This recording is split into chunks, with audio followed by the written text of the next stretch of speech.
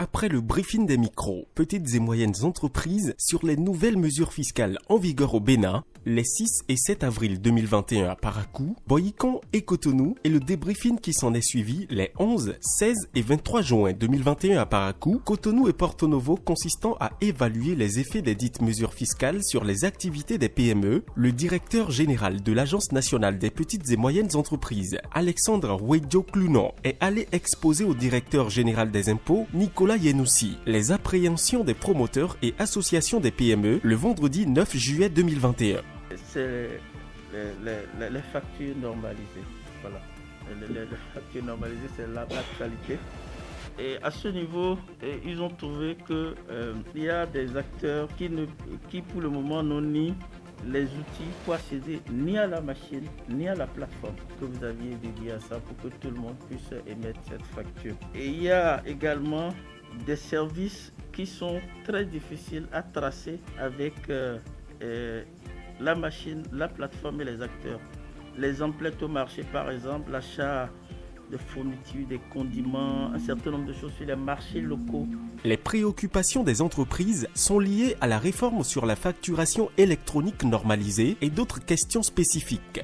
L'agence nous fait un retour d'informations relatives aux difficultés des PME avec des problématiques liées à l'amélioration du climat des affaires. Prochainement, on aura en principe un nouveau code général des impôts et ça va être l'occasion donc d'échanger avec vous et les PME. Sur la question des factures normalisées également, en dehors de cette séance, il serait intéressant qu'avec vous, nous puissions faire une séance dédiée donc aux PME que vous suivez, que vous encadrez. Dans un exercice explicatif, Nicolas Yenoussi a apporté quelques précisions liées à cette réforme d'envergure tout en rassurant les entreprises de la volonté de l'État d'améliorer le climat des affaires.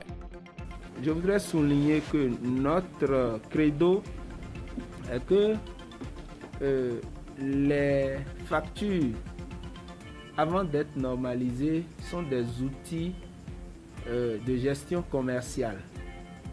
Et nous faisons tout pour que la facture reste un outil de gestion commerciale et non un outil fiscal.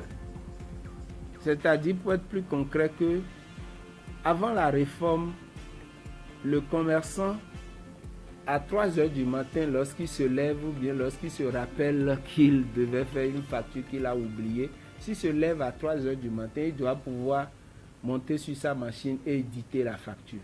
Et l'administration fiscale ne doit pas le bloquer par des contraintes exceptionnelles qui vont l'empêcher à faire la facture parce que, avant tout, c'est un outil commercial. Le directeur général des impôts a indiqué que toutes les entreprises ayant fait l'option de la TVA peuvent délivrer les factures normalisées à travers 2 outils au choix.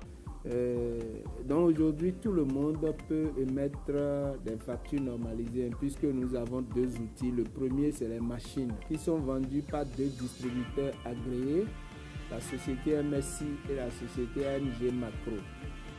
Il s'agit des machines électroniques certifiées de facturation ou via la plateforme IMSF, la version en ligne des machines. Deuxièmement, la possibilité d'émettre les factures en ligne à travers la plateforme www.emsf.impo.bj. E avec E-de-6 MECEF MECEF.impo avec S sans accent .bj. L'entreprise crée son compte en ligne et ça y est, elle peut éditer la facture. Voici les numéros des structures agréées concernées pour la distribution des machines normalisées. 08 23 03 97 22 07 03 AMG Macro 95 78 0034.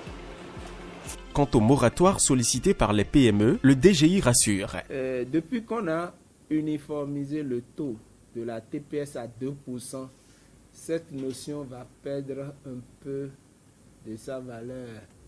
Et à partir de l'année 2021 également, je ne suis pas certain que la distinction entre micro, petite, présente encore un intérêt pour nous parce que le taux unique va rester taux unique de 2%. Bon, donc tout le monde va payer les 2%. Donc l'enjeu sera sur l'impôt minimum. Un lot de produits 100% made in Bénin a été présenté au patron de l'administration fiscale qui a pu toucher l'esprit créateur des PME, toute chose qui mérite d'être encouragée par l'allègement des mesures fiscales.